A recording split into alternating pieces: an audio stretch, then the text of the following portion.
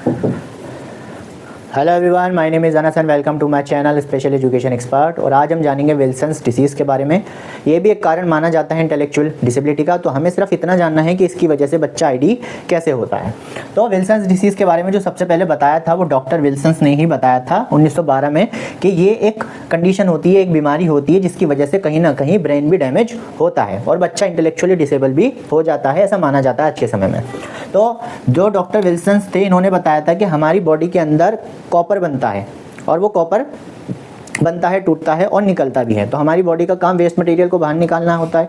तो जब हमारी बॉडी के अंदर कॉपर की मात्रा ज़्यादा बनने लगती है तो हमारी बॉडी उस कॉपर को बाहर निकाल नहीं पाती, जिसकी वजह से जो कॉपर होता है वो अलग अलग ऑर्गन्स में जाकर इकट्ठा होने लगता है और उन ऑर्गन्स को डैमेज करने लगता है, जिसकी वजह से कहीं ना कहीं इंटेलेक्चुअल डिसेबिलिटी भी देखी जाती है।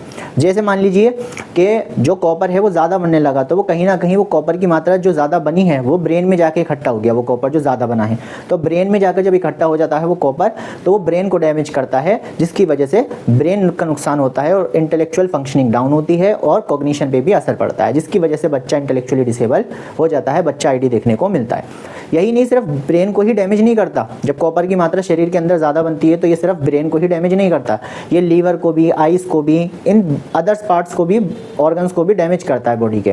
तो जब ये ब्रेन को डैमेज करेगा तब इंटेलेक्चुअल डिसेबिलिटी होती है। अगर बाकी पार्ट्स को करेगा तो इंटेलेक्चुअल डिसेबिलिटी देखने को नहीं मिलती। लेकिन जब ब्रेन में कॉपर की मात्रा ज़्यादा हो जाती है, ये इकट्ठा होने लगता है ब्रेन में ज़्यादा कॉपर, तो ये देखी जाती है। तो यही आपको याद रखना है कि विल्सन्स डिसीज़ की वजह से जो बच्चा है वो इंटेलेक्चुअली डिसेबल कैसे होता है। तो थोड़ा इतना याद रखिएगा कि हमारे शरीर के अंदर जब कॉपर की मात्रा ज़्यादा बनने लगती है और वही कॉपर जब ब्रेन में जाकर इकट्ठा होने लगता है तो ब्रेन डैमेज हो जाता है, जिसकी वजह से बच्चा इंटेलेक्चुअली डिसेबल देखने को मिलता है। तो इसमें किसी तरह का कोई डाउट हो तो कमेंट करके ज़रूर बताइएगा।